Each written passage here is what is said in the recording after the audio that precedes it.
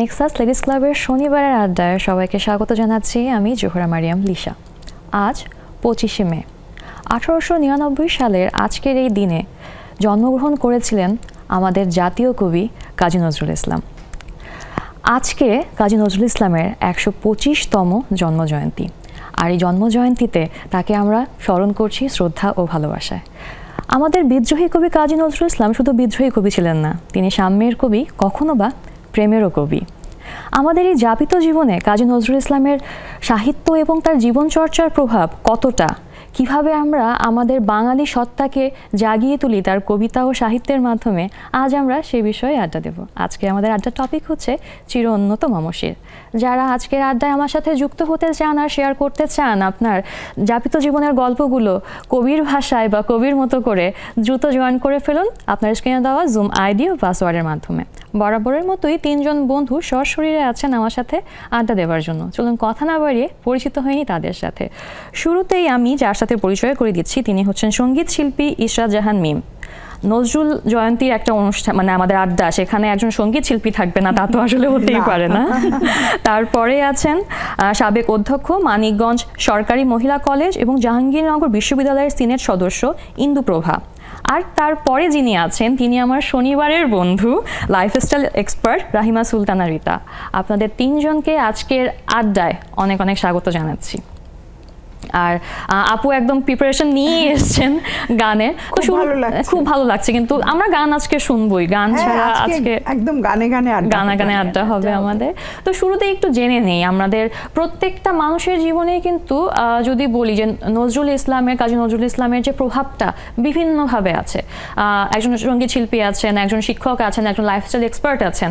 আমরা জানি যে কাজী নজরুল ইসলাম কিন্তু তার জীবনটা অনেক বৈচিত্র্যময় ছিল এবং অনেক ক্ষেত্রে উনি কাজ করেছেন, অনেকভাবে নিজেকে সবসময় প্রফুল্ল রাখতেন। জেলে বসে উনি কবিতা লিখে ফেলেছেন, গান লিখে ফেলেছেন। তো প্রথমে মিনাপুর কাছে জানতে চাই, আপনার জীবনে যদি আমি জিজ্ঞেস করি এই মুহূর্তে যে নজরুল ইসলামের প্রভাবটা কেমন, তাহলে আপনি কি বলবেন? আসলে কাজী নজরুল ইসলাম তো আসলে আমাদের সবারই একটা প্রাণের কবি একজন। আর তার যেই লেখা, তার রচনা, তার গান, তার গানের যে বাণী, এগুলো আসলে যখন আমরা পড়ার ছলেও পড়তে থাকি বা কবিতার মাধ্যমেও যদি আমরা এটাকে বাণীগুলো পাঠ করি, তাহলে কিন্তু আমাদের আসলে মনে হয় যে উনি কতটা দুঃখ দারিদ্র্যের মধ্যে দিয়ে উনি বড় হয়েছেন এবং তার এই মানে কষ্টটা উনি তার লেখা সব কিছু দিয়ে কিন্তু উনি তুলে ধরেছেন, যে কারণে আসলে আমাদের তার সেই সৃষ্টিগুলো আমাদেরকে অনেক বেশি আত্মস্থ করে। হ্যাঁ, এবং আমি কিন্তু শুরুতে একটা কথা কিন্তু ইন্দু আপা আপনার সাথেও বলেছিলাম যখন আমরা অফ স্ক্রিনে ছিলাম, কথা বলছিলাম, আমরা বলছিলাম যে রবীন্দ্রনাথকে নিয়ে সবাই একটা কথা বলেন যে উনি হচ্ছেন, উনি তো জমিদার ছিলেন, ওনার আসলে সময় ছিল সাহিত্য চর্চার। আমাদের তো আসলে ওই সময় নাই, আমাদের তো আসলে ছাপোষা বাঙালি, ছাপোষা জীবন আমাদের।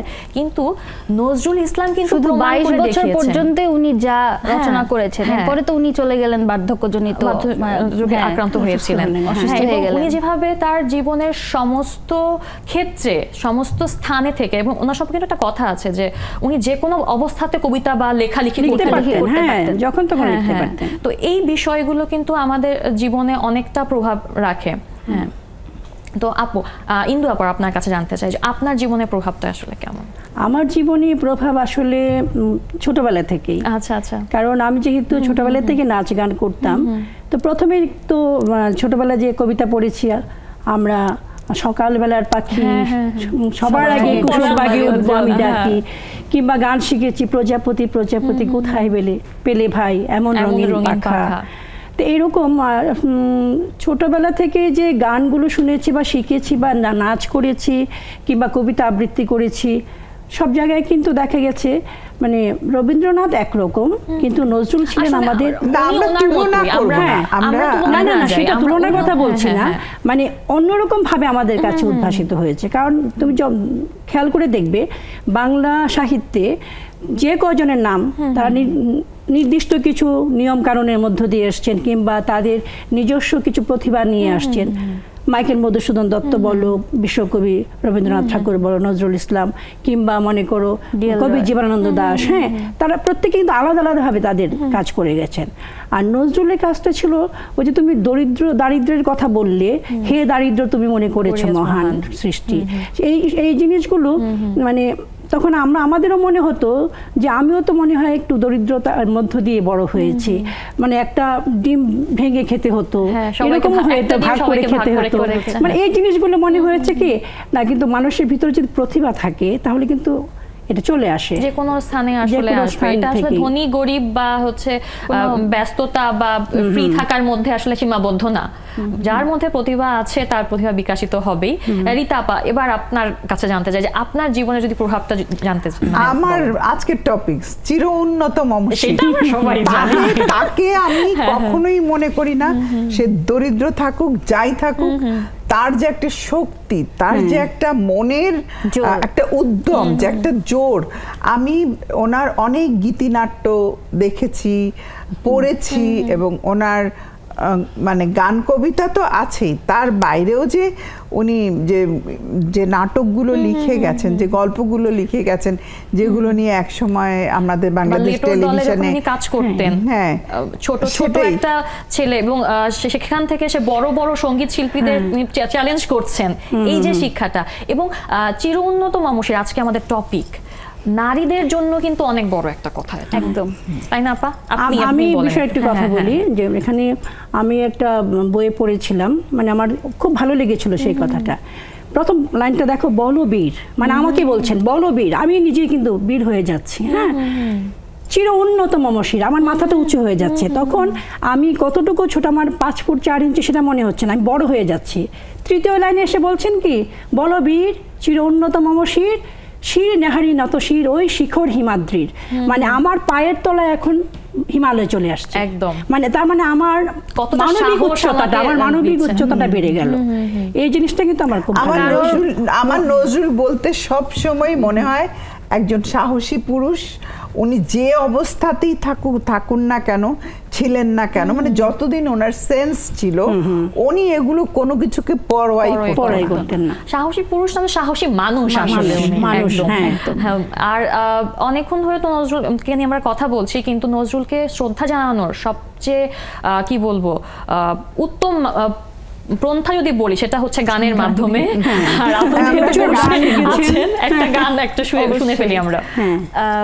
আসলে মানে মানুষের কখনো যদি মন খারাপও থাকে বা কেউ যদি কোনো হতাশাগ্রস্ত হয়, বিদ্রোহী কবিতা পাঠ করলে কিন্তু এমনি উদ্দীপনা জেগে ওঠে, কাজের স্পৃহাও চলে আসে। বিদ্রোহী কবিতা নিয়ে আমি গল্প বলবো একটা, অবশ্যই আমরা একটু গানটা শুনে নিই। আজকে যেহেতু আমাদের প্রিয় কবির 125তম জন্মবার্ষিকী, তা আমি তাকে শ্রদ্ধা জানিয়ে তারই একটি ভক্তিমূলক গান দিয়ে শুরু করতে যাচ্ছি।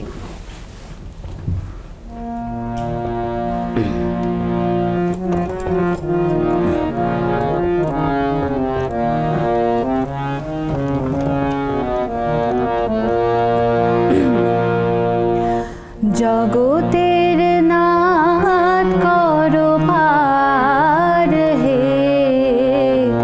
জগতের নাথ করো পার, জগতের নাথ করো পার হে, জগতের নাথ করো পার। মায়া তরঙ্গে টলমল তরণী, মায়া তরঙ্গে টলমল তরণী, অকুল ভব পারাবার হে, অকুল ভব পারাবার হে, জগতের নাথ করো পার।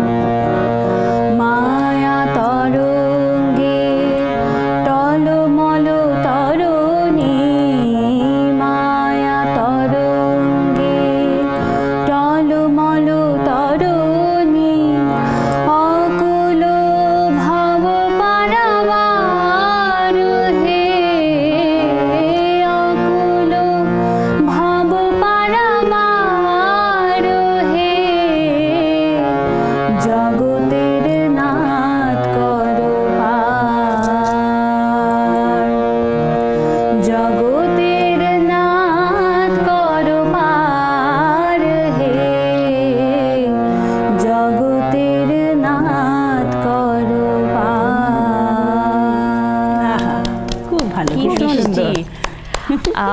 যেই মানুষটাকে আমরা বিদ্রোহী কবি হিসেবে চিনি, তার লেখা একটা গান বা লেখনী এতটা প্রশান্তি দিতে পারে মনে, কেউ কিন্তু হ্যাঁ একদম কেউ কিন্তু চিন্তাও করতে পারে না। এটা শুধুমাত্র কাজী নজরুল ইসলাম দেখে আসলে সম্ভব হয়েছে। আর এই আড্ডা গানের ফাঁকে আমার বলতে হচ্ছে যে একটা ছোট বিরতি নিতে হবে আমাকে এখন। প্রিয় দর্শক, ছোট্ট একটা বিরতির সময় হচ্ছে। নজরুলকে নিয়ে আমাদের এই আড্ডা সামনে আরো হচ্ছে, তাই বিরতির পরে দ্রুত ফিরে আসবেন আমাদের সাথেই।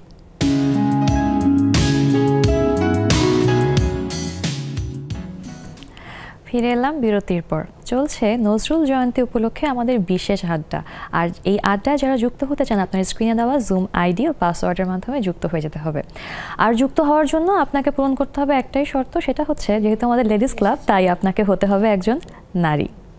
আমরা আড্ডা দিচ্ছিলাম আমাদের নজরুল জয়ন্তী নিয়ে আড্ডা দিচ্ছিলাম, আমরা কথা বলছিলাম, গান শুনেছি, চমৎকার একটা গান শুনেছি।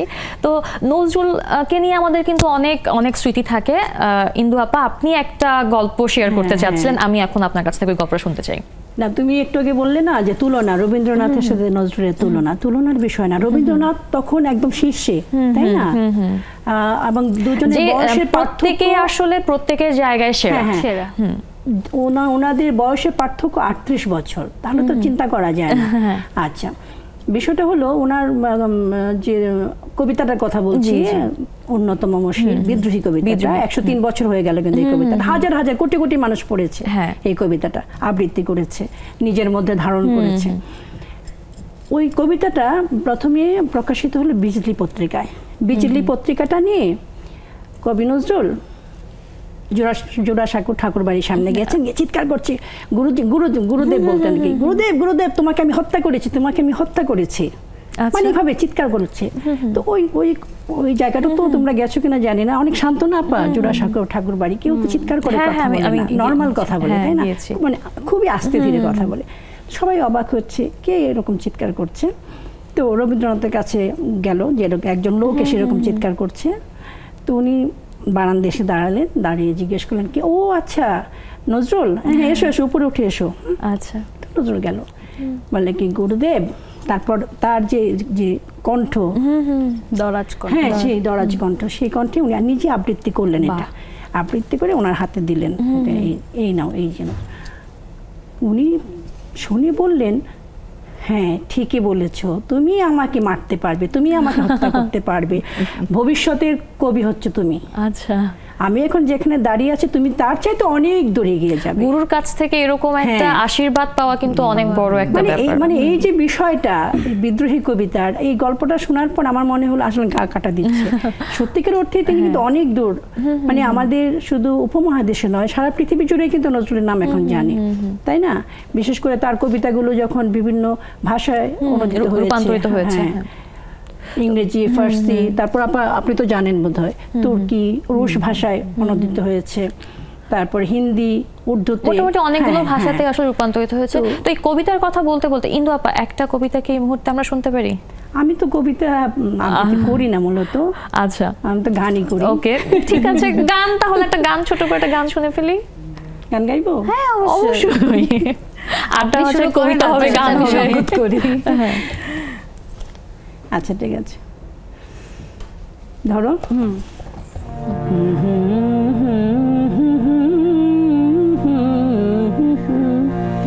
নহে নহে প্রিয় এ নয় আখি জল, মলিন হয়েছে ঘুমে চোখেরও কাজল, মলিন হয়েছে ঘুমে, মলিন হয়েছে ঘুমে চোখেরও কাজল, নহে নহে প্রিয় এ নয় আখি জল।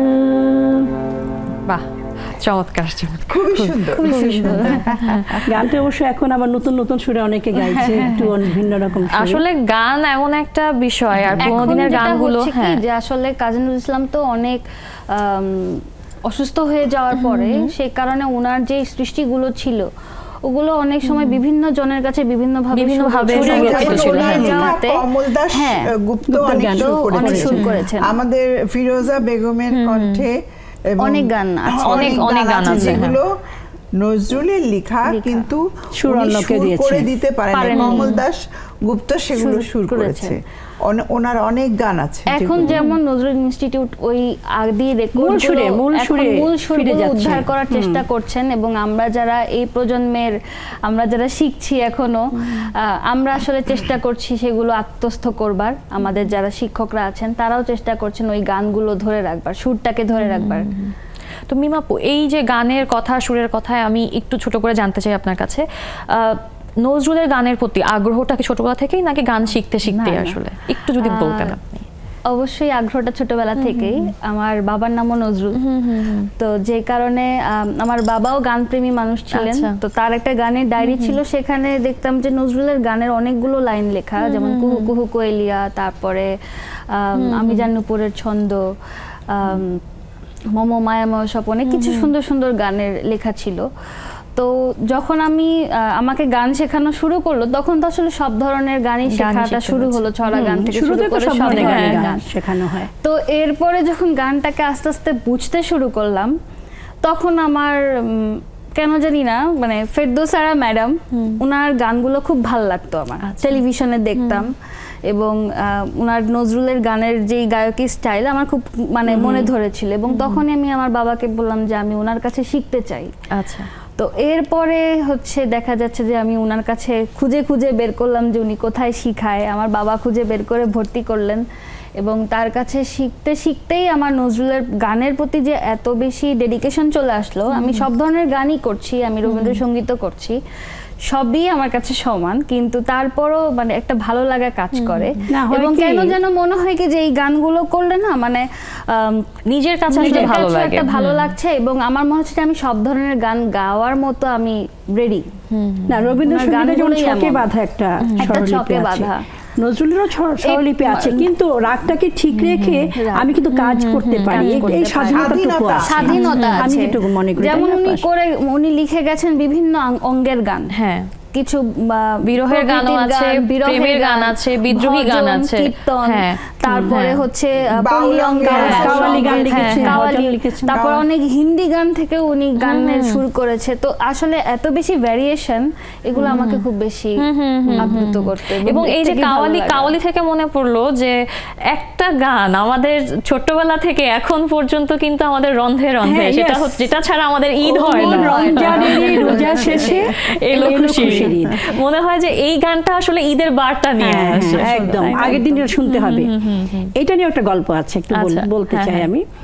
আব্বাস উদ্দিনকে তো চেনো? হ্যাঁ, আব্বাস উদ্দিন বোধহয় 2 বছরের ছোট ছিলেন। হ্যাঁ, তো আব্বাস উদ্দিন কাজীদা বলতেন ওনাকে।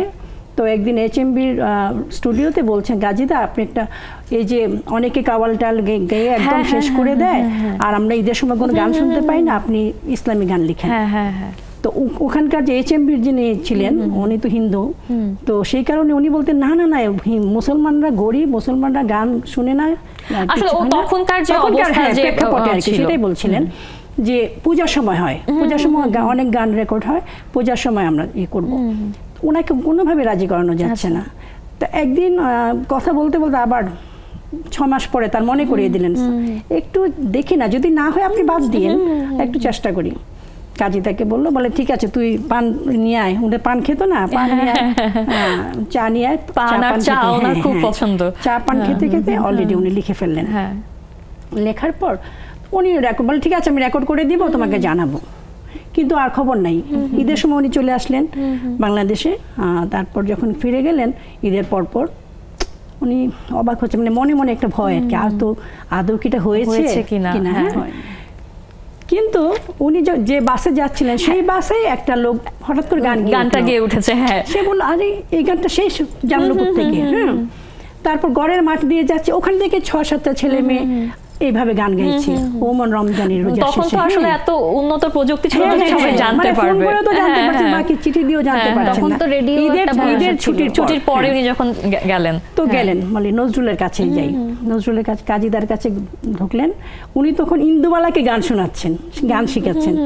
তো বলে কি ইন্দু তুমি বাড়ি যাও, তোমার এখন কোনো কাজ নেই, আমি এখন আব্বাসের সাথে কথা বলবো।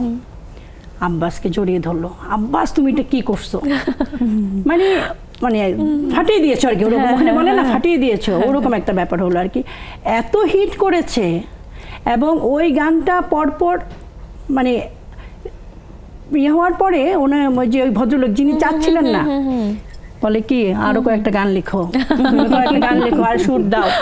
এমনকি ওই সময়ে মুসলিমরা হিন্দু মানে যখন কীর্তন হতো হিন্দু না কি করতো, মুসলিমরা হিন্দু নাম নিয়ে লিখতো, বুঝছো, গান গাইতো। আবার মুসলিম যারা তারা ছদ্মনাম ব্যবহার করতো, যেটা বলছিলাম। হ্যাঁ, তো হিন্দু যারা ছিল তারা আবার ইসলামী গানের দিকে ঝুঁকে গেল, তখন বলে আমি মুসলমান নাম নিয়ে গান শিখবো, বুঝছো। এরকম কমল দাশগুপ্তই তো তার নাম কিন্তু কাশেম মল্লিক, কিন্তু দেখা গেছে যে এটাই আসলে উনি আসলে সাম্যের কবি, উনি আসলে অসাম্প্রদায়িক একজন সাহিত্যিক কবি। হ্যাঁ, উনি আসলে মানুষকে মানুষ হিসেবে করেছেন। তো এখন রীতা আপার কাছে আসি। রীতা আপা, আপনি লাইফস্টাইল এক্সপার্ট এবং আপনি জানেন যে আমাদের কবি কিন্তু খুব স্টাইলিশ ছিলেন এবং তিনি সব জায়গাতে কিন্তু অনেক কালারফুল ড্রেস পরতে পছন্দ করতেন, বলতেন যে আমার সম্ভ্রান্ত হতে হবে না, আমাকে দেখে মানুষ অবাক হবে। তো এই বিষয়টা আপনি কিভাবে দেখেন? আসলে আমি ওনার কিছু রচনার মধ্যে আমি দেখেছি, ওনার লেখনীর মধ্যে, ওনার কিছু নাটকে, যে উনি তো নিজেকেই ওখানে তুলে ধরতো। তো ওই যে বিশেষ করে আমার খুব মনে দাগ কেটেছিল মেহের নিগার, মেহের নিগার একটা নাটক, চমৎকার। আর ওর মধ্যে একটা গানও ছিল, না মিটিতে আশা মোর ভাঙিল খেলা, সেই না মিটিতে সাধ মোর ভাঙিল খেলা। তো এই যে গানটা আর এই নাটকটা আমি দেখেছিলাম এই আমাদের সুবর্ণা মোস্তফা এখানে মানে বিটিভিতে সেই নায়িকার ভূমিকায় ছিল। অসম্ভব একটা ভালো লাগা কাজ করে। আর উনি না আসলে কাউকে তোয়াক্কা করতেন না, ওনার যখন যেটা ভালো লাগতো উনি সেটাই পরতেন, সেইভাবেই চলতেন। দরকার হলো উনি লুঙ্গি পরতেন, পায়জামা পরতেন, পাঞ্জাবি পরতেন, একদম টুপি টাপি পরে যেতেন কখনো, অথবা ওনার নিজের যেরকম ভাল লাগছে সেরকম। এই যে স্বাধীন চেতা আমরা যেটাকে বলি, যে আমার মন যা চাইছে আমি তাই করব, উনি কিন্তু সেই মানুষই ছিলেন। ওনাকে দিয়ে জোর করে কেউ কিছু করাতে পারেনি। ওনাকে উনি অসম্ভব একজন আবেগী মানুষ ছিলেন, ওনার ভিতরে প্রচুর ভালোবাসা ছিল, প্রেম ছিল। ওনাকে ভালোবাসা দিয়ে মানুষ বহু কিছু করে ওনার কাছ থেকে নিয়ে চলে গেছে। আমি শুনেছি যে ওনার নাকি সমস্ত যত কিছু আয় ইনকাম হতো বন্ধুদের পেছনে উনি খরচ করতেন, সব দিয়ে দিত। তো আমুদে মানুষ ছিলেন অনেক, উনি একদম দিলদরিয়া। আসলে এই যে ওনার বিষয়গুলো, যে আমি যতটুকু ওনার রচনায় পড়েছি, ওনাকে পড়েছি, মানে ওনার লেখনী পড়েছি, তো ওনার লেখনী যখন পড়তাম আমি তখন কলেজে পড়ি, আমার এত ভালো লাগতো, মানে প্রত্যেকটা লেখার মধ্যে যেন মনে হতো আমি ওনাকে অনুভব করছি, আমি দেখছি। তো একটা জিনিস আমি উপলব্ধি করতে পারি, প্রেমেরও ছিল ওনার মধ্যে, কিন্তু প্রচন্ড আমি প্রেম দিতে এসেছি ওনার মধ্যে এমন, আবার প্রেমের এমনও ছিল, এত ভালোবাসা, মানে ওনার তোমাকে ভাসিয়ে নিয়ে যাবে। হ্যাঁ, কিন্তু একেবারে স্রোতে ভাসিয়ে নিয়ে গেল। ওনার কুমিল্লায় কিন্তু ওনার একজন ওয়াইফ ছিলেন প্রমীলা দেবী, আমার নানা বাড়ি কুমিল্লা, আমি এই জন্যই জানি। তো উনি সেখানে যান, পছন্দ করেন, বিয়ে করেন, তারপর কিন্তু উনি চলে যান, এরপরে আর কিন্তু ফিরে আসে না। সেই প্রমীলা কিন্তু অপেক্ষাতেই ছিলেন, উনি হয়তো ভুলেই গেছে। মানে আমি জাস্ট বললাম যে ওনার যে ধরনটা, ওনাকে কোনো কিছু দিয়ে বেঁধে রাখার মানুষ না, সে কোনো প্রেমিকাও তার প্রেম দিয়ে আসলে বেঁধে রাখতে চান না, সে ভাসিয়ে দিয়ে চলে যাবে। কিন্তু আমি মানে শুনেছি যে তার জীবনে নার্গিস যখন আসলো তখন থেকে তার প্রেমের প্রতি আরেকটু অন্যরকম হয়তো মানে টানটা কাজ করলো, এবং সে কিন্তু এরপরে থেকে অনেক নারীদের নিয়ে সংসার করতে পারেনি। তবে একটা কথা বলি, একটা ছবি আমি আমি ওনাদের দুইজনের, ওনার ওয়াইফের আর ওনার একটা মানে ছবি দেখেছিলাম যে অসুস্থ অবস্থায় তুলে ভাত খাইয়ে দিলেন। মানে যে কি গভীর একটা ভালোবাসা, দুজনেই কিন্তু অসুস্থ, দুজনেই অসুস্থ, কিন্তু উনি ওনার হাতে ছাড়া খেতেন না, ওনার হাতে ছাড়া উনি কখনোই খেতেন না। উনি হয়তো বিছানা থেকে উঠতে পারছেন না, কিন্তু ভালোবাসা দিয়ে খাইয়ে দিচ্ছেন। তো আমাদের কিন্তু জুমের বন্ধুরাও জয়েন করে ফেলেছে। সবাইকে অনেক অনেক ধন্যবাদ আজকে এত আর্লি জয়েন করার জন্য। আপনাদের সাথে কবির প্রতি আসলে আপনার ভালোবাসা থেকেই আজকে এত দ্রুত জয়েন করেছেন। আপনার সাথে আড্ডা দেব কিন্তু একটা বিরতির পর। দর্শক, একটা মানুষের জীবনে যত ধরনের আবেগ থাকে, প্রত্যেকটা আবেগ নিয়েই কিন্তু কথা বলেছেন আমাদের কবি। আমাদের কবি সম্পর্কে আমরা আরো জানবো, তবে একটা বিরতির পর। কোথাও যাবেন না, আমাদের সাথেই থাকুন।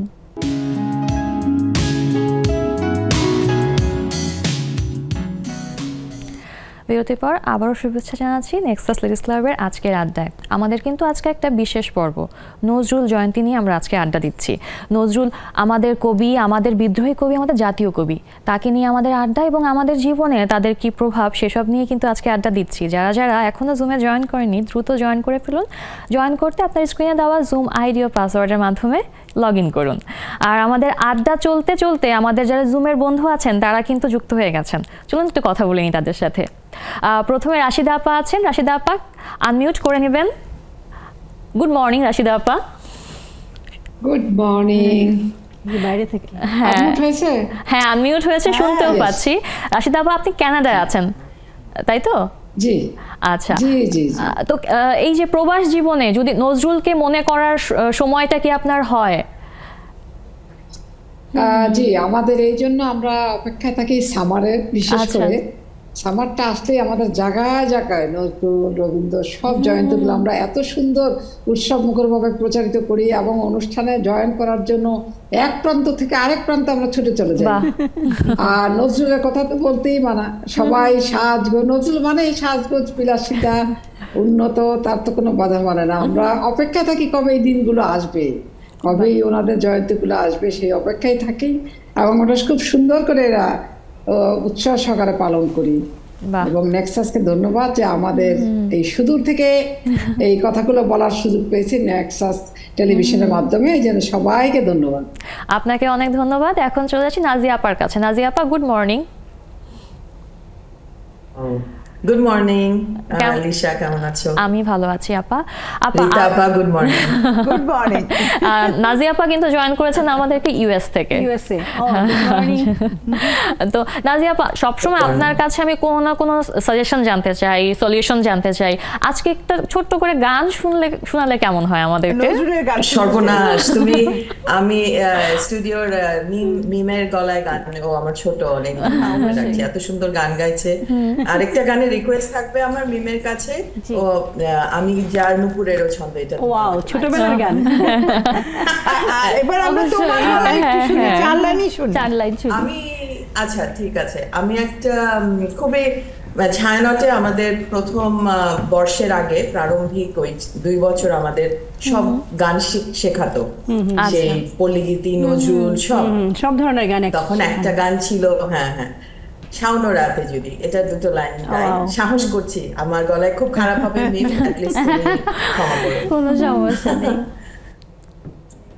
শাওন রাতে যদি স্মরণে আসে মোরে, বাহিরে ঝড় বহে, নয়নে বাড়ি ঝরে, শাওন রাতে যদি স্মরণে আসে মোরে, বাহিরে ঝড় বহে, নয়নে বাড়ি ঝরে, শাওন রাতে যদি ভুলিও স্মৃতি মাম,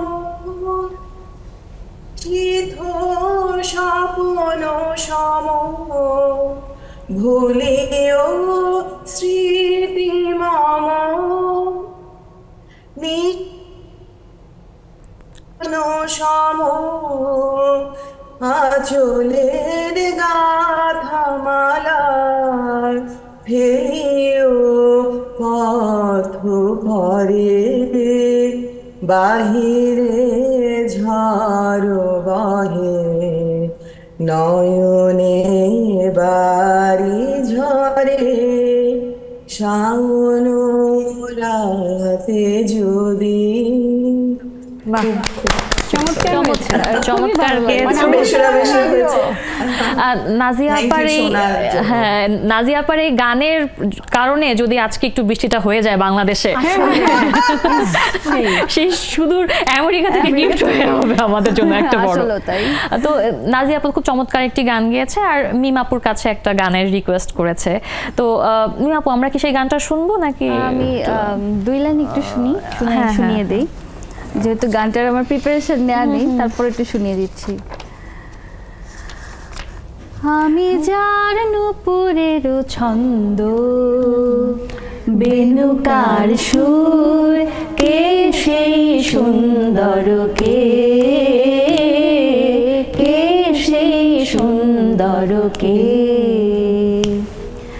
আমি যার বিলাস যমুনা আমি যার বিলাস যমুনা নানহ বিধুর কে সেই সুন্দর কে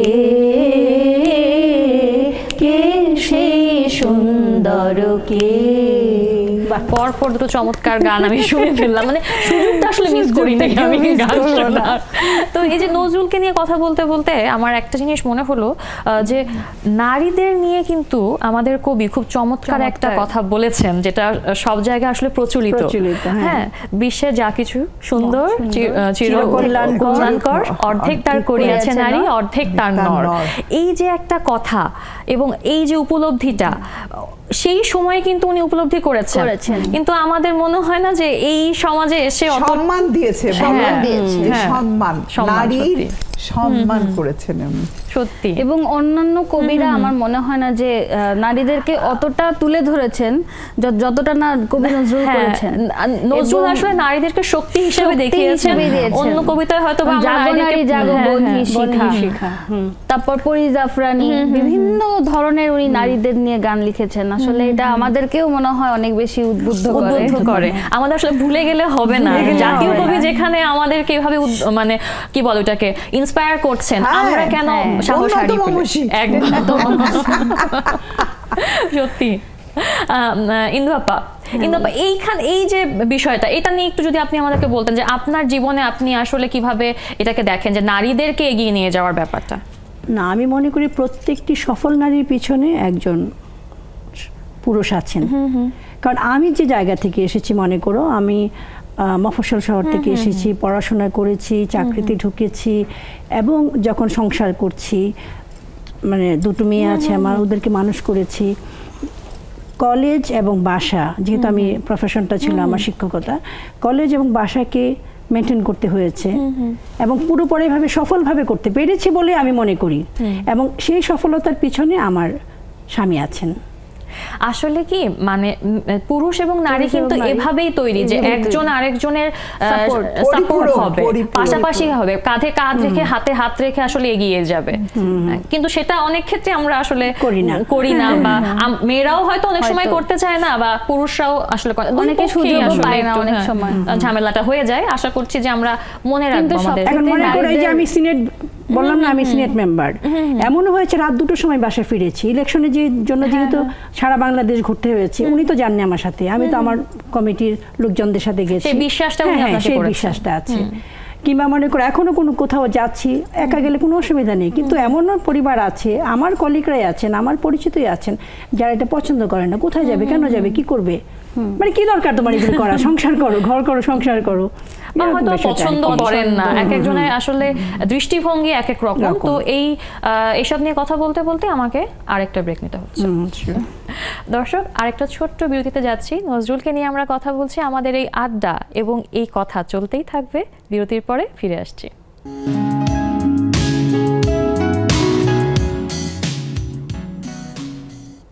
ফিরে এলাম বিরতির পর। আমি চিরতরে দূরে চলে যাব তবু আমারে দেব না ভুলিতে। আমরা আমাদের জাতীয় কবিকে কোনোভাবেই ভুলতে পারবো না, ভোলা আসলে সম্ভব না। আর তাই আজকে এই বিশেষ দিনে তার জন্ম জয়ন্তীতে আমাদের এই বিশেষ আড্ডা। যারা এই আড্ডায় যুক্ত হতে চান আপনার স্ক্রিনে দেওয়া জুম আইডি ও পাসওয়ার্ড দিয়ে যুক্ত হয়ে যেতে পারবেন। আমরা নজরুলকে নিয়ে কিন্তু অনেকক্ষণ ধরে আড্ডা দিচ্ছি, গান শুনছি। আসলে ওনাকে নিয়ে কথা আসলে শেষ হবে না। ওনাকে নিয়ে বলার এত কিছু আছে, এত বৈচিত্র্যময় একটা জীবন ওনার ছিল। সেই মানে রুটির দোকানে রুটি বানানো থেকে শুরু করে লেটো দলে যোগদান করা, তারপর যদি আমরা বলি যে বাংলা রেজিমেন্টে যোগদান করা, সেখান থেকে ফিরে এসে আবার হচ্ছে সাহিত্যে নিজেকেই করা, তারপরে ধূমকেতু মনে হয় ওনার পত্রিকা ছিল, সেটা সম্পাদক তিনি ছিলেন। এই যে একটা বিচিত্রতার জীবন একটা মানুষের, এত বিচিত্রতায় ভরা একটা মানে বাঙালি চিন্তাও কিন্তু করা যায় না। এই যে আমরা সবসময় শুনে এসেছি যে ভেতো বাঙালির দ্বারা কিছুই সম্ভব না, তিনি কিন্তু প্রমাণ করে দেখিয়েছেন যে সম্ভব। ওনার যে যুদ্ধের গানগুলো, চল চল চল গগনে বাজে মাদল, এই যে মানুষকে পুরো রক্ত গরম করে দিত ওই সময়। মানে এমন সুরে গাইতে হয় না, শুধু চল চল বললেও কিন্তু মানে লোম দাঁড়িয়ে যায় গায়ে, তাই না? সেটাই একদম। মানে আমার কাছে মনে হয় যে এই মানুষটা আমাদেরকে যা দিয়েছেন, এই অল্প সময়ে উনি যদি পুরো সময়টা দিতে পারতেন, 22 বছরে দিতে পারতেন, চমৎকার রচনা, সত্যি সত্যি। তো ওনাকে তো আসলে আমরা সবাই বিদ্রোহী কবি হিসেবেই জানি, বিদ্রোহী কবি হিসেবেই চিনি, কিন্তু প্রেমিক নজরুল কিন্তু অন্যরকম, একদম অন্য মানুষ। রীতা আপা, আপনি বলছেন যে আপনার পছন্দের একটা গান আছে, তাই না? তো ওই গানটার মাধ্যমে কিন্তু আমরা বুঝতে পারি যে উনি কতটা আসলে প্রেমিক পুরুষ ছিলেন। আপা, আপনার হচ্ছে যে দাঁড়ালে দুয়ারে মোর গানটার কথা আপনি বলছিলেন, আমার খুব মানে ভালো লাগে গানটা। তা যেমন আমি অত ওর মতো গাইতে পারি না, বাট তুমি জাস্ট কয়েকটা লাইন আমি গেয়ে শোনাচ্ছি। আমার খুব ফেভারিট একটা গান। আমার নয়নে নয়ন রাখি পান করিতে যাও কোন আমিও,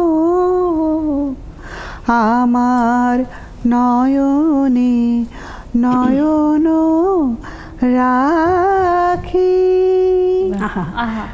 আছে আখিতে উষ্ণ আখি জল, মধুর সুধানাই পরাণ প্রিয় তোমার, আমার নয়নে নয়ন রাখি পান করিতে চাহ কোন আছে নয়নে নয়ন রাখি। চমৎকার চমৎকার মিষ্টি একটা প্রেমের গান, একদম প্রেম মানে উপচে পড়ছে। আমার নয়নের রক্ত তুমি কি পান করবে বলো, আমার তো মধুর সুধা নাই, চমৎকার আছে উষ্ণ আখি জল। কেন আবার ওইটা তো আছে, মোর প্রিয়া হবে সোরানি দেব খোপায় তারার ফুল, কর্ণে দোলাব তৃতীয়া তিথি চৈতি চাঁদের দোল, দেব খোপায় তারার ফুল। কি চমৎকার। খুব সহজ ভাষা, খুব কঠিন কিন্তু না, কিন্তু কত সহজ অভিব্যক্তি। জোছনার সাথে চন্দন মেখে, কি মাখছে আমরা, মানে কি মেকআপ করি, জোছনার সাথে চন্দন মেখে মাখাবো তোমার গায়ে, বাহ। রংধনু হতে লাল রং ছানি, লাল রং আনি বলছে না, ছানি মানে 7টা রং থেকে ছেনে নিয়ে আসবেন লাল রং, লাল রং ছানি আলতা পরাবো পায়ে, জোছনার সাথে চন্দন দিয়ে মাখাবো তোমার গায়ে, রামধনু হতে লাল রং ছানি আলতা পরাবো পায়। বলো তুমি এবার। আসলে নজরুলের গান এমন আমার গান লাগছে, আমার গানের সাত সুর দিয়া, মানে নজরুলের গান এত চমৎকার, একটা পুরো আড্ডা পার করে দেওয়া যাবে তার গানের গান এত গান তুমি একটা শব্দ বলবে ওই গান একদম আছে। তো আমরা তো এখন একটু গান শুনলাম, তো রিমা আপু আপনি একটা গান আমি আসলে একটু হারমোনিয়াম দিয়ে আরেকটা শুনে ফেলি। আচ্ছা, এখন আমি যে গানটি করছি, গানটি আসলে উনি এত বেশি রাগ ভিত্তিকও গান লিখেছেন এবং সেটা আবার প্রেমের গানের মধ্যেও পড়ে। আবার আমরা দেখি যে একজন ভার্সেটাইল মানুষ ছিলেন। আবার স্বপ্নে দেখি একটি নতুন ঘর, তুমি আমি দুজন প্রিয়, অনেক সুন্দর গান। তারপর আর জনমে হংস মিথুন ছিলাম। এই গানগুলো আসলে খুবই চমৎকার এবং খুব বেশি আসলে আমাদেরকেও অনেক বেশি প্রভাবিত করে। আচ্ছা, এবারে যেটা গাইছি যে ভালো লাগছে, গানে গানে একটা আড্ডা হয়ে যাচ্ছে। জাকি আপু আমাকে রিকোয়েস্ট করেছিলেন, আমি চেষ্টা করছি, ভুল ত্রুটি হলে ক্ষমা সুন্দর দৃষ্টিতে দেখবেন।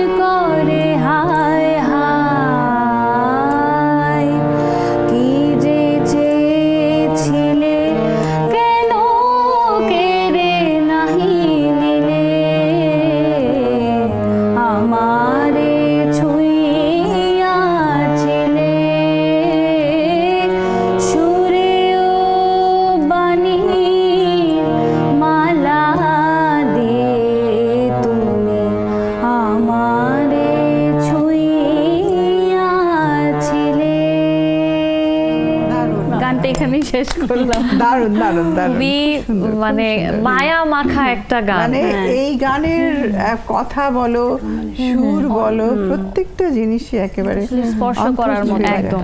তো এখন একটু জুমে যাই, মুনিয়াপার কাছে যাই। মুনিয়াপা আনমিউট করে নেবেন, আশা করছি আপনি শুনতে পাচ্ছেন আমাকে। মুনিয়াপা, আচ্ছা, শুভ সন্ধ্যা লিসা। আজকে শুভ সন্ধ্যা আপা আপনাকেও। আপা আপনার সাউন্ডে কি একটু প্রবলেম হচ্ছে? আচ্ছা, হ্যাঁ ঠিক আছে আপা। আপা আপনি কি হেডফোনটা খুলে নেন, তাহলে শুনতে আর একটু সুবিধা হবে আমাদের। হ্যাঁ, ফোন থেকে ডিসকানেক্ট করে নিলে দুই পক্ষেরই আমাদের আসলে শুনতে সুবিধা হবে। হ্যাঁ, এবার একদম ক্লিয়ার শুনতে পাচ্ছি মুনিয়াপা। মুনিয়াপা, যদি কাজী নজরুল ইসলামের কথা বলি, এই মুহূর্তে আপনার তার কোন কবিতাটার কথা মনে পড়ছে এবং কেন এই কবিতাটা আপনার পছন্দ, যদি একটু বলতেন। কবিতা না, শুধু যে কোনো লেখনী। নজরুল ইসলাম তো আসলে আমি শ্রদ্ধা জানাই, আজকে তার জন্মদিন, শ্রদ্ধা জানাই। কাজী নজরুল ইসলাম আসলে এমন একটা নাম আমাদের বাংলা সাহিত্যের জগতে, অনেক কবি সাহিত্যিক আছে, কিন্তু উনি এমন এক পর্যায়ে না, আসলে উনার নাম বললে উনার কবিতা, উনার গল্প, গান, ইসলামিক গান সবকিছু নিয়ে আলোচনা করলে গা শিউরে ওঠে।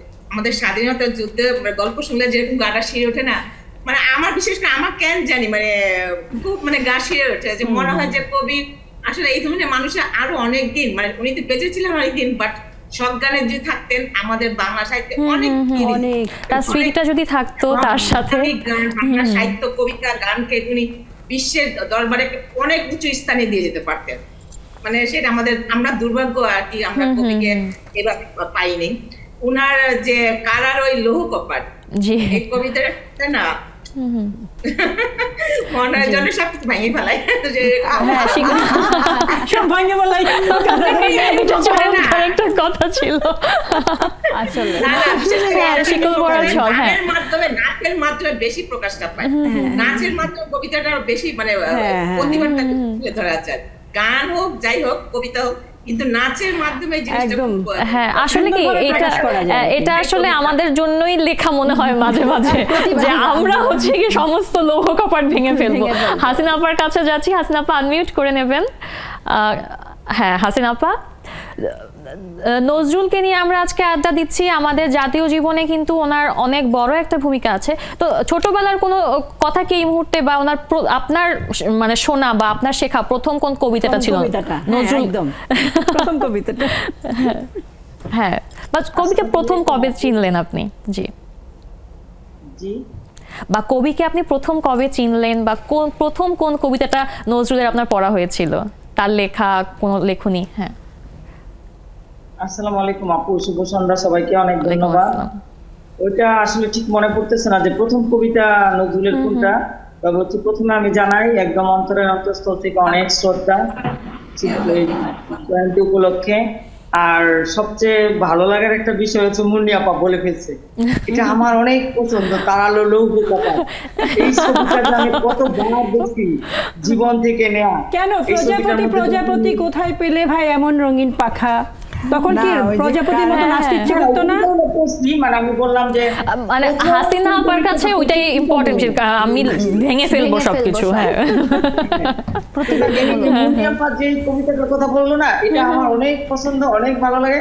এটা শুনলেই অটোমেটিক মনে হয় যেন কাজ যদি করি 5% 100% স্পিড হয়ে গেল, আর ওইখানে 200% চলে আসবে, মানে সত্যি সত্যি কবিতাটার মধ্যে সত্যি তাই। আসলে সবার জীবনে এই গানটা, কবিতাটা কিন্তু অনেক ইন্সপায়ার করে আমাদেরকে। তো এই আড্ডার ফাঁকে আরেকটা বিরতি আমাকে নিতে হচ্ছে। দর্শক, আমাদের জাতীয় কবি কিন্তু আমাদের যাপিত জীবনে অনেকটা ভূমিকা পালন করেন। তাকে নিয়ে আড্ডা শেষ হবে না, শেষ করার উপায়ও নেই। তাই এখন আমি একটা বিরতি নিচ্ছি, বিরতির পর আবারও আড্ডা জমে উঠবে, সাথেই থাকুন।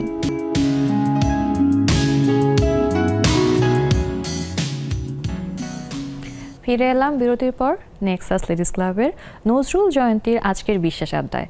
অনেকেই কিন্তু আমাকে জুমে জয়েন করে ফেলেছেন, আর যারা এখনও জয়েন করেননি দ্রুত আপনার স্ক্রিনে দেওয়া জুম আইডি ও পাসওয়ার্ড দিয়ে জয়েন করে ফেলুন।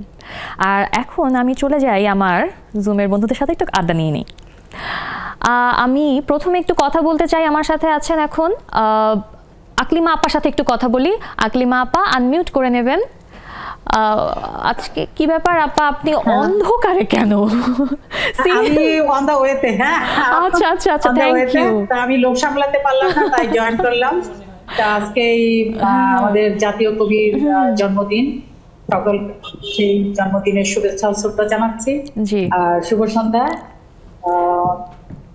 আজকে আলোচনার বিষয় ছিল নারীদের এগিয়ে নেওয়া যাওয়া, বোধহয় এরকম। না না, চির উন্নত মমশির আসলে কবির পংক্তিতেই আমরা নারীদের এগিয়ে নেওয়া যাওয়ার কথাই আসলে বলতে চাচ্ছি। আচ্ছা আচ্ছা, আমি নারীদের এগিয়ে নেওয়া যাওয়ার কথা বলি যে নারী মানে মা। মা যদি এগিয়ে যায় তাহলে তার সন্তান এগিয়ে যাবে, আর সন্তান যদি এগিয়ে যায় তাহলে তার পরিবার এগিয়ে যাবে, আর পরিবার এগিয়ে গেলে সমাজ এগিয়ে যাবে, সমাজ এগিয়ে গেলে দেশও এগিয়ে যাবে। নারীদের এগিয়ে যেতেই হবে। আর আমি বলেই ফেলি যে আমার জাতীয় কবি আমার প্রিয় একটা কবিতা হলো একটা গানও বলবো, সেটা হলো তোরা দেখে যা আমি না মায়ের ফুলে। আমার খুবই ভালো লাগে। আরেকটা কারবালা প্রান্ত নিয়ে একটা কবিতা আছে যে নিনসিয়া আসমান লালে লাল দুনিয়া আম্মা লাল করি খন্ডিয়া খনিয়া তাদি কোনো গ্রন্থি কারবালা ফোরাতে সেটা দনে আসমানে সীমারে দিন সোরাতে। এটা আমার একটা পছন্দ। অনেক ধন্যবাদ আপা। এবার আমি একটু তরু আপার কাছে যাই। আপা, আপনি আমাকে শুনতে পাচ্ছেন? আনমিউট করাই আছেন আপনি? হ্যাঁ তরু আপা, আমি ভালো আছি। আপনার কাছে আমি একটু ছোট করে জানতে চাই যে নজরুল ইসলামের কোন গানটা আপনার সবচেয়ে বেশি পছন্দের, যেহেতু আপনি গানের মানুষ? নজরুল ইসলাম তো প্রথমে আজকে তার জন্মদিনে শুভকামনা থাকলো। আর নজরুল মানে তো তারুণের কবি আপু, নজরুল মানে সামনের দিকে এগিয়ে যাওয়া। মানে নজরুল মানে হচ্ছে কি বলবো যে খুব মানে বৈশাখী ঝড়ের মতো জীবনকে উপভোগ করা, সবকিছু যেটাই। নজরুলের অনেক গান আছে, তার মধ্যে আমি ছোটকাল একটা গান আমি খুব শুনে আসছি, যেমন ধরেন যে লাইলি তোমার এসেছে ফিরে। আমরা কি একটু সুরে সুরে শুনি না আপা? একটু সুরে সুরে শুনি। আপু সামনে তো আপুরা আছে, গানের আছে, ওনাদের কাছে সুরের কাছ থেকে না। না না না, এটা তো হলো না আপা।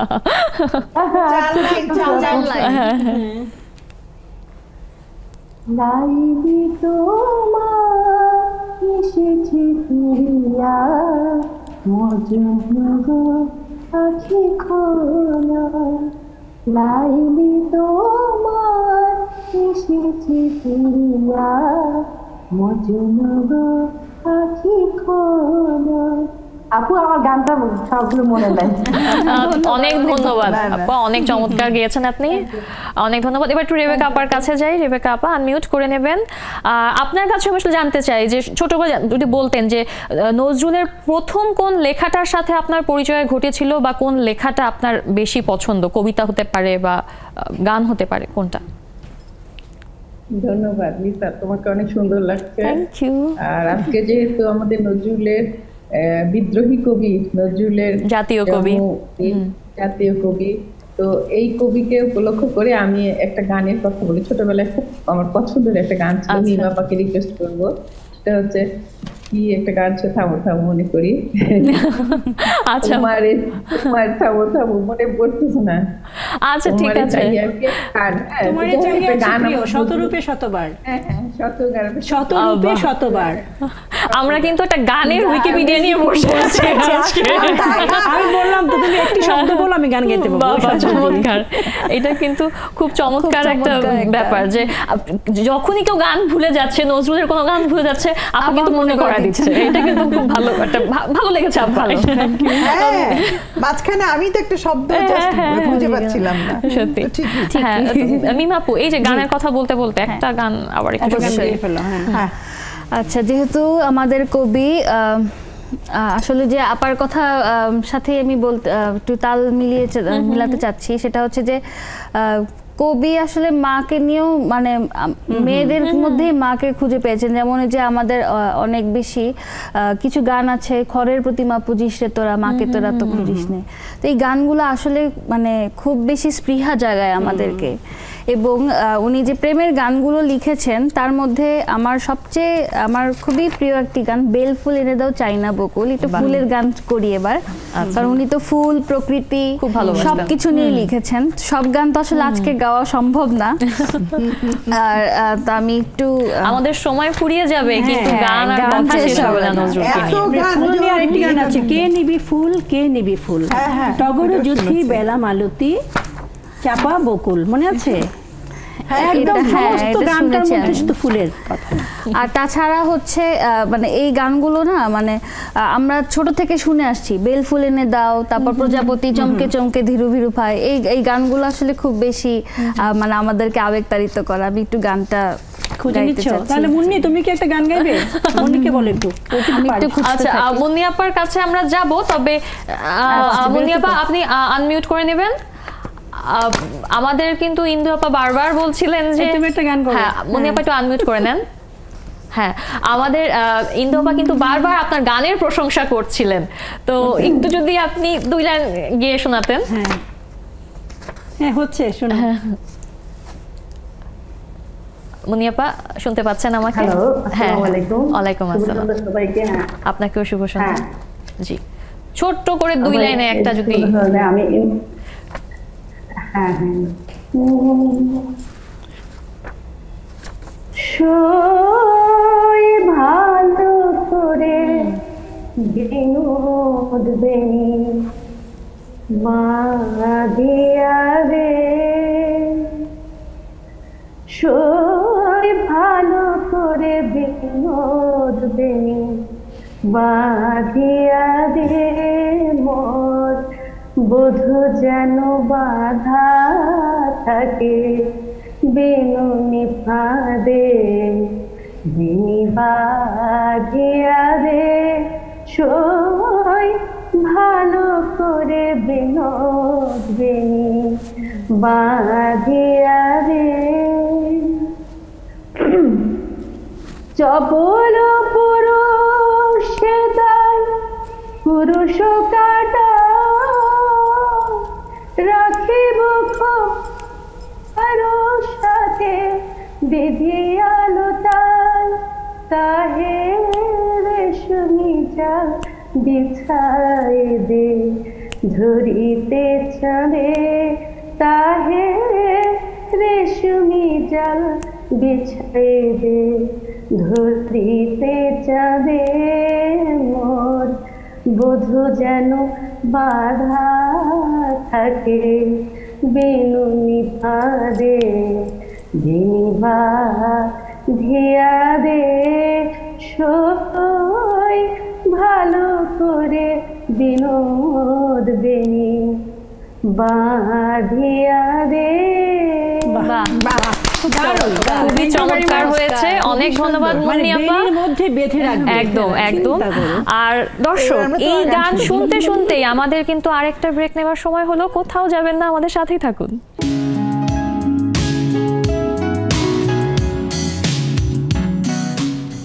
ফিরে এলাম বিরতির পর নেক্সাস লেডিস ক্লাবের আজকের বিশেষ আয়োজনে। আর আজকে আমাদের বিশেষ দিনটা কি? আমাদের আজ নজরুল জয়ন্তী, আমাদের জাতীয় কবির আজ জন্মদিন, 125তম জন্মদিন। সেই জন্মদিনকে কেন্দ্র করে আজকে আমরা সাজিয়েছিলাম আমাদের আজকের আড্ডা, যে আড্ডাটা প্রায় শেষের পথে। তবুও যারা এখনও আমাদের আড্ডা জয়েন করেননি, আপনার স্ক্রিনে দেওয়া জুম আইডি ও পাসওয়ার্ড দিয়ে জয়েন করে ফেলতে পারবেন। আপা, আপনাদের সাথে আমরা অনেকক্ষণ ধরে কিন্তু আড্ডা দিচ্ছিলাম আমাদের জাতীয় কবিকে নিয়ে, বিদ্রোহী কবিকে নিয়ে। এখন আমি জানি না, আমার মনে হয় এটা আসলে প্রযুক্তির কারণে হোক, আমাদের শিক্ষা ব্যবস্থাতে আমরা পিছিয়ে গেছি এই কারণে হোক, কোনো একটা কারণেই নজরুল চর্চাতে আমরা অনেকটাই পিছিয়ে গেছি। এবং যাতে যেটা হচ্ছে যে আপু বলছিলেন কিন্তু যে নজরুলের অনেক গান কিন্তু সংরক্ষিত নেই এবং কাজ চলছে, এবং এই কাজটা যদি আমাদের আগ্রহটা থাকতো হয়তো আরো বেশি দ্রুত করা সম্ভব হতো আমাদের। তো ইন্দু আপা, আপনার কাছেই আমি জানতে চাই, আপনার কি মনে হয় যে নতুন যে প্রজন্ম আছে, নতুন প্রজন্মের কাছে আমাদের এই কবিকে যদি পৌঁছে দিতে হয়, আমাদের তরফ থেকে কি করণীয়? না, নজরুলকে যদি পরিপূর্ণভাবে তুমি পেতে চাও, তার সমস্ত জীবন কাহিনী তো আছেই, তার রচনাগুলো পাঠ্যপুস্তকে অন্তর্ভুক্ত করতে হবে।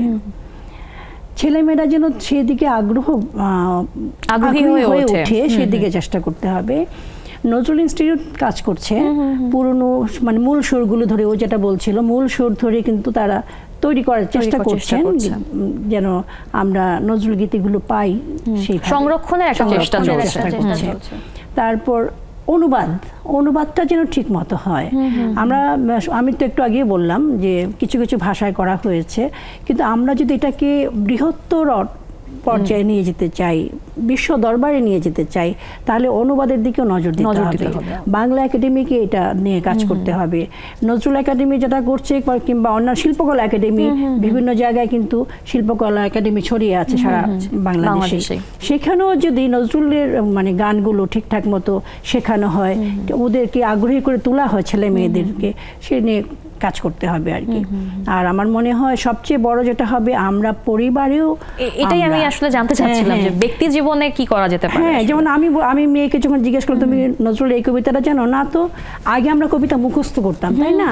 এখন কিন্তু এই দিনটা নেই, এখন গুগল করি আমরা, পুস্তকে এখন আর কেউ নাই। যে কারণে মানে আমরা যেহেতু মুখস্থ করে বড় বড় কবিতা বলতে পারি, ওদের কাছে এটা অবাক লাগে। হ্যাঁ, তো এই জিনিসগুলোর দিকে একটু নজর দিতে হবে আমার মনে হয়, চর্চাটা বাড়াতে হবে। আর রিতা আপা যদি একটু বলতেন।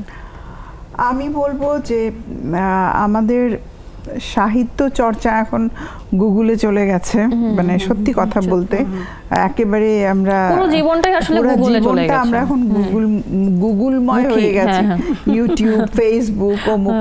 আসলে এই যে জীবনের এই মুখ দিকটা আমার মনে হয় বই পড়া উচিত, নজরুল সম্পর্কে জানা উচিত, তার রচনাগুলো অ্যাটলিস্ট পড়া উচিত।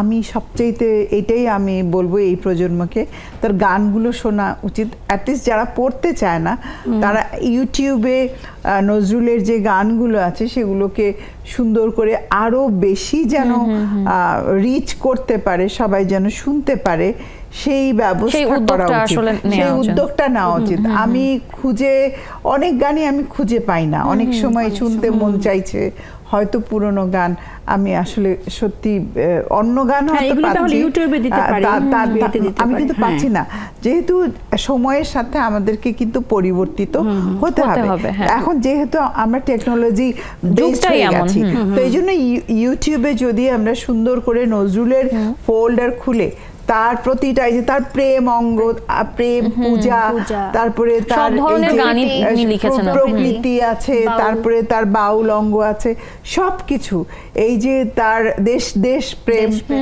প্রত্যেকটা ভাগ ভাগ করে যদি সুন্দর করে দেয়া যায়, আমার মনে হয় সহজে খুঁজেও পাবে, শুনবেও। এখন নজরুল ইনস্টিটিউট এই কাজটা করছে, যে গানগুলো হারিয়ে যাচ্ছিল এগুলো রেকর্ড বের করে নজরুল ইনস্টিটিউটেরই একটা ইউটিউবের সাইট খুলেছে এবং ওখানে গানগুলো সংরক্ষণ করা হচ্ছে। আমার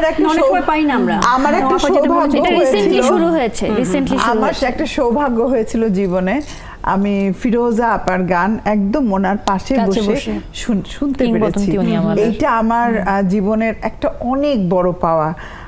এবং আমি তখন বাংলাদেশ টেলিভিশনে উনি এলেন, এবং উনি তখন বিটিভির যিনি ডিডি ছিলেন কামরুন্নিসা হাসান, ওনার আবার খুব ভালো, তো ওনাকে নিয়ে আসা হলো একদম সেই রকম একটা। আপাকে আমি আগেই বলে রাখলাম, আপা আমি কিন্তু গান শুনবো ওনার পাশে বসে, আমাকে কিন্তু এইটুকু অ্যালাউ করে, বলে কি না না না তুমি অবশ্যই শুনবে। তো এই যে একটা সুযোগ আমার জীবনে এসেছিল, এবং উনি এরকমই একটা জন্মবার্ষিকী মানে প্রোগ্রাম ছিল, এবং নজরুল সম্পর্কে উনি যত জানতেন, যত সুন্দর করে বলে গেলেন আর গান গাইলেন। উনি তো সরাসরি শিখেছেন, মানে আসলে আমাদের ধারণ করতে হবে নজরুলকে আমাদের মাঝে, তাহলে আসলে সম্ভব হবে তাকে জানার, তাকে নতুন প্রজন্মের কাছে আসলে আরেকবার পরিচয় করিয়ে দেওয়ার। তো এখন আমি একটু জুমে যাই, আমি অনেকেই আছেন আমার সাথে এবং সময়ও অনেকটাই শেষ হয়ে গেছে, আমি একটু রূপা আপার কাছে যাই, আপা আনমিউট করে নেবেন। আর হ্যাঁ, ছোট্ট করে একটু যদি আপা বলেন, হ্যাঁ কবি সম্পর্কে একটু বলবেন আপা। আসলে কবি সম্বন্ধে তো সবাই বলেছে, আমি আর নতুন করে কিছু বলতে চাই না, যেহেতু উনি আমাদের জাতীয় কবি, বিদ্রোহী কবি। যখন পাঠ্য বইয়ে প্রথম ওনার কাজী নজরুল সম্বন্ধে পড়েছিলাম, তখন থেকেই ধারণাটা একটু একটু করে জন্ম নেওয়া। মেবি এটা 1 কিংবা 2 তে পাঠ্য বইয়ে আছে, আপনারা জানেন, বিদ্রোহী কবি কাজী নজরুল ইসলাম। তখন থেকে আমাদের সবার ভিতরে হয়তো লেখালেখির, দেশপ্রেমের যে ভিতরে সত্যকে জানার, সাম্যের কবি, এটা সবার ভিতরে ওখান থেকেই এসেছে। তো এটা আসলে বলে শেষ করা যাবে না। অনেক ধন্যবাদ বলার জন্য, সুযোগ করে দেওয়ার জন্য। সবাই ভালো থাকবেন, অনেক ধন্যবাদ। এবার একটু আমি আমার মিতার কাছে যাই, মরিয়ম আপা আনমিউট করে নেবেন। হ্যাঁ মরিয়ম আপা, আপনার কাছে আমি জানতে চাই, একই কথাই আসলে ঘুরে ফিরেই আসছে, তারপরও সংক্ষেপে জানতে চাই যে কবি সম্পর্কে একটু বলেন, আপনার তার লেখা কেমন লাগে? অনেক ধন্যবাদ, শুভ সন্ধ্যা সবাইকে। তো আমাদের জাতীয় কবির 125তম জন্মদিন, তার প্রতি গভীর শ্রদ্ধা। আমার খুবই প্রিয় কবি, খুবই ভালোবাসি ওনাকে। আমি তখন ক্লাস 9-10-এ পড়ি, তখন উনি মারা যান। আমি তখন বাসায় খুব কান্নাকাটি করেছিলাম। আমার মনে আছে আমার আব্বাকে বলেছিলাম, তুমি তো আমাকে নিয়ে গেলে না, এখন তো কবি তো মরে গেল। মানে আমি অনেকদিন যেতে চেয়েছিলাম ময়মনসিংহে, আমার বাসা তো। আব্বাকে প্রায় বলতাম, আব্বা আমাকে নিয়ে যাও, আমি কবিকে দেখতে যাবো, উনি কথা বলতে পারেন না, ওনার কাছে যাবো, আমার খুব যেতে ইচ্ছা করে। ওনার কাছে গিয়ে ওনার একটা কবিতা আবৃত্তি করবো, আব্বা আমাকে নিয়ে যাও। আব্বা আমাকে নিয়ে যায় না, নিয়ে যেতে পারে নাই। যাই হোক, তো কবি মারা গেছেন, আমি সেদিন খুব কান্নাকাটি করেছিলাম। আমার আজকে সেদিনটার কথা কয়েকদিন ধরেই মনে পড়ছে। তো আমাদের ময়মনসিংহে ওনার স্মরণীয় অনুষ্ঠান আসলে কবিকে আসলে চোখে দেখতে না পেলেও কবি কিন্তু আমাদের হৃদয়ে আছেন, সব সময় থাকবেন। আপনাদেরকে অনেক ধন্যবাদ যাদের সাথে আমি আজকে কথা বলতে পারিনি। আশা করছি যে পরের সময়ের অভাবে কথা বলতে পারিনি। আশা করছি পরের আড্ডায় আপনারা শুরুতেই জয়েন করবেন, যাতে প্রত্যেকের সাথে আমি আরেকটু বেশি সময় স্পেন্ড করতে পারি। আর এইভাবে কিন্তু আমাদের আজকের আড্ডাটা, যেটা বলছিলাম যে কবিকে নিয়ে কিন্তু কথা শেষ হবে না, সময় ফুরিয়ে যাবে, কিন্তু কবিকে নিয়ে কথা শেষ করতে হলেও একটা গান দিয়ে তো শেষ করতে হবে। গান আমি শুনবো, আগে দর্শকদের কাছ থেকে বিদায় নিয়ে নিই।